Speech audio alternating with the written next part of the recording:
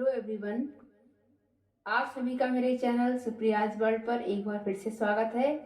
मेरी कविताओं की श्रृंखला कुछ अपने कुछ शब्द पराये में आज जो कविता जोड़ने जा रही है उसका शीर्षक है हरे कांच की चूड़ियाँ, जो मेरी सोलमेट की तीसरी कविता है। तो शुरू करते हैं कविता हरे कांच की चूड़ियाँ। मधुमय बंधन बांध कर कल पहुंची बारात, हरी कांच की चूड़ियां खन की सारी रात। महक रहा था गजरा और मेहंदी वाले हाथ, लेने फेरे चल पड़ी मैं प्रियवर के साथ। तुमने छेड़े प्रेम के ऐसे तार हुजूर, बजने लगे हैं हर घड़ी कानों में संतूर। लिखने चली जो पत्र मैं अपने प्रियवर के नाम, अरे वक्त दे दो जरा पल भर को विश्राम। रोम रोम झंकृत करे जब आए तुम्हारी याद, चलो अभी करते रहें सपनों में संवाद। प्रियवर जितनी चाहिए मुख पर रखो लगाम, लेकिन आंखें आपकी भेद करेंगी काम। कहना था तुमको बहुत कुछ, शब्द हुए क्यों मौन, आँखों के संवाद को देखें रोके कौन। रथ के पीछे धूल थी आंसू भीगे गाल, प्रियवर आंसू पोंछते ले रेशम का रूमाल। देख के मेरी ये दशा प्रियवर बैठे पास, पूछे मुझसे प्रेम से क्यों हो प्रिया उदास। हम दोनों की हो गई पूर्ण हर अब आस, जो कहना है कहो प्रिया, मैं हूं न तुम्हारे पास। कहने लगे प्रियवर मुझसे मुझको बाहों में भींच, प्रिया तुम्हारे गाँव की अजब निराली रीत।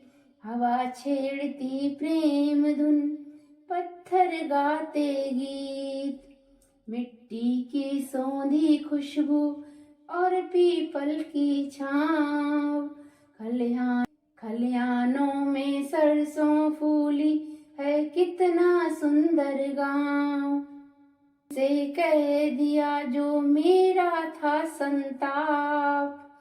घर गलियां छूटे मेरे और छूटे हैं माँ बाप, कैसे पल भर में करूं दूर मैं उनकी याद।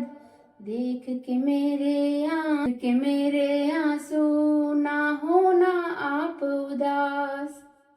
मांगा है दुआ में आपको और करी बहुत फरियाद, मिले हैं जन्मों के बाद हम हुआ पूर्ण जीवन आज। हम दोनों मिलकर करेंगे रब ने दिए जो काज। पहुंची ज्यों ससुराल के द्वारे पर मेरी बारात, बजने लगी शहनाइयाँ हुई फूलों की बरसात। कहीं से दी आवाज सुनाई जागो बहुत हुआ विश्राम, जागी तो ये सपना था जो देखा था कल शाम। ना हरी कांच की चूड़ी थी ना मेहंदी वाले हाथ, ना गजरे की खुशबू थी ना प्रियवर का साथ। ना ही कोई शहनाई और ना ही कोई बारात, खन की नहीं थी चूड़ी, वो टूटे दिल की थी आवाज। बंधन था और ना कोई बारात, सब सपने मेरे खाली मेरे हाथ। आंखों में बस सूने सूने यादों की बारात। रोज की दुनियादारी वही रोज के काज, सच्चे प्रेम का मिलन स्वप्न में ना सहन करे ये समाज। खाली जब मेरी सोलमेट ने ये कविता लिखी थी तो उन्हें भी नहीं पता होगा कि जो वो लिख रही हैं वो उनके भविष्य में घटित होने वाला है, और उनके प्रेम की कहानी का अंत कुछ इस कविता की तरह ही हुआ, जो कुछ पल का सपना दिखाकर टूट गया।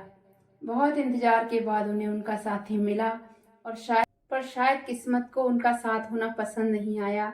जो एक होली उनके जीवन में रंग भर के गई, तो दूसरी होली उनके साथी की मृत्यु के साथ उनके जीवन के सारे रंग ले गई। उनके पास बची तो उनके प्रेम की निशानी, उनका बेटा, जो अपने पिता का मुख भी नहीं देख पाया, और अब वही उनका सहारा है। उसका पालन ही करना उनके जीवन का उद्देश्य है।